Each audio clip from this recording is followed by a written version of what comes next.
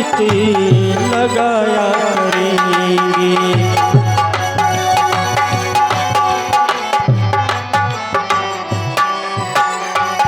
कन्हैया कन्हैया पुकारा करेंगे, लताओं में ब्रिज की गुजारा करेंगे।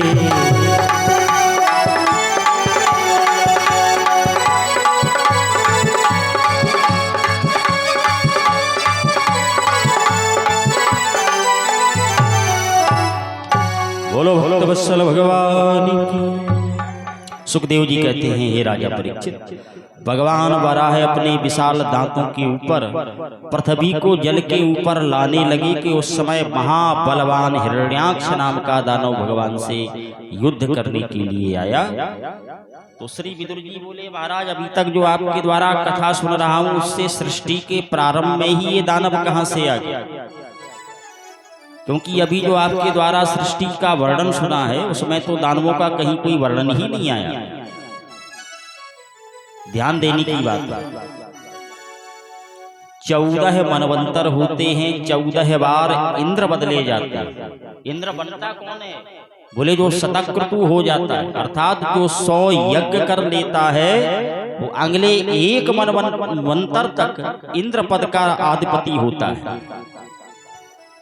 तो 14 बार इंद्र बदले जाते हैं, 14 मनवंतर होते हैं। और भागवत में कथा 14 मनवंतरों की सुखदेव जी ने सुनाई है।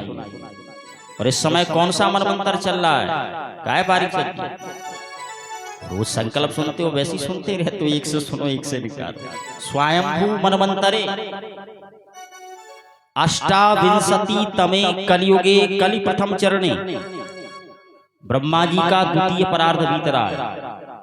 ब्रह्मा जी की 100 वर्ष की आयु, जिसमें 50 वर्ष बीत चुके हैं। और ये मनुष्यों की दोनों की गणना की आयु नहीं है ब्रह्मा जी। मनुष्यों का 1 क्षण, देवताओं का 1 दिन, ब्रह्मा जी का 1 क्षण। और ऐसे 10 ब्रह्मा 100 वर्ष की आयु भोग के जन्म ले लें, प्रकट हो जाएं, फिर देह त्याग करके विलीन हो जाएं, तब शंकर का दिन 1। तो मार्कंडेय ऋषि भगवान महादेव जी के दिनों की गणना से सप्त चिरंजीवियों में सप्त चिरंजीव कहलाए। एक ब्रह्मा की आयु में बीते कल्प अनेक, 4 युग बीत जाते हैं तो 1 कल्प होता है। तो एक ब्रह्मा की आयु में बीते कल्प अनेक, 10 ब्रह्मा बीते बने, तब शंकर का दिन 1। तो मनुष्यों का 1 साल, देवताओं का 1 दिन माना जाता है। इसीलिए पितरों को पितृपक्ष में श्राद्ध कर दिया तो उन्हें 1 दिन का भोजन मिल गया। आजकल पढ़ी लिखी समाज है, लोग प्रश्न कर देते, बोले काय महाराज 1 दिन खिला दिया, 364 दिन तो पुरखा भूखे ही बैठे। तो ऐसा नहीं है, ये दिनों की गणना में क्रम में भेद है। तो ये हमने नहीं बनाया, ऐसा शास्त्रों में वर्णित। मनुष्य का 1 साल, देवताओं का 1 दिन माना जाता है। जो देवताओं का 1 दिन माना जाता है वो ब्रह्मा जी का क्षणार्धम नयनेर बकाय, आधा क्षण माना जाता है। ये नियम। तो भागवत में इस समय अष्टाविंशति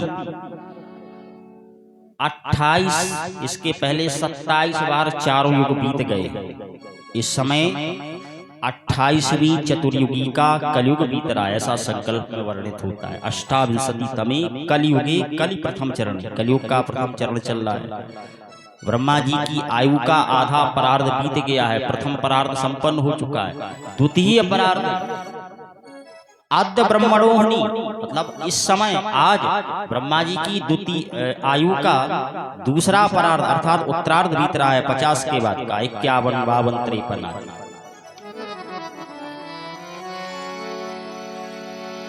तो सुखदेव जी कहते हैं, हे राजा, उधर मैत्री जी महाराज विदुर जी को कथा सुना रहे हैं भागवत के 3 स्कंद में, जो हम लोग सुन रहे हैं। मैत्री जी कहते हैं, हे विदुर जी महाराज, भगवान से युद्ध करने के लिए बलवान पराक्रमी हिरण्याक्ष नाम का दानव आया लड़ने के लिए। तो विदुर जी ने भी प्रश्न किया, है महाराज, इस सृष्टि के प्रारंभ में ही दानव कहां से आ गए? मैत्री जी कहते हैं, विदुर, कश्यप जी महाराज की 13 पत्नियां थी।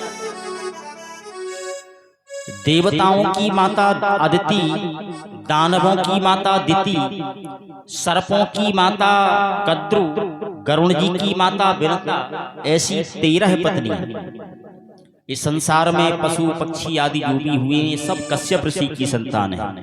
देवता कश्यप ऋषि की संतान है, राक्षस कश्यप ऋषि की संतान है। केवल माताओं में भेद हुआ, उनकी 13 पत्नियां हैं। एक बार कश्यप की पत्नी दिति बनी काम बस भोली, अपने पति का वस्त्र पकड़ कर मीठी वाणी बोली। एक दिन कश्यप जी महाराज से माता दिति ने निवेदन किया, हे महाराज, हमने आपके साथ जीवन यापन किया, आपके आश्रम में रह करके आपके नियमों का पालन किया। कीन्हो निवास बन ईश से स्नेह की, और त्यागी मुहि माया धन धाम परिवार को।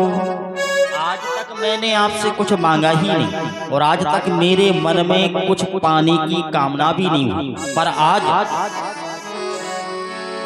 मैं सौतों के सुखों को देख के, अर्थात जो कश्यप जी महाराज की और अन्य पत्नियां हैं, देव माता अदिति हैं आदि, तो दिति माता कह रही हैं जो दानवों की माता है, हे प्रभु, हे स्वामी, आज मैं इन सौतों के सुखों को देख के मेरे मन में बड़ी ईर्ष्या हो रही है।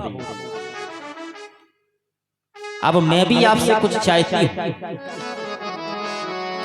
कीन्हो निवास बन ईश से स्नेह की, त्याग मुहि माया धन धाम पर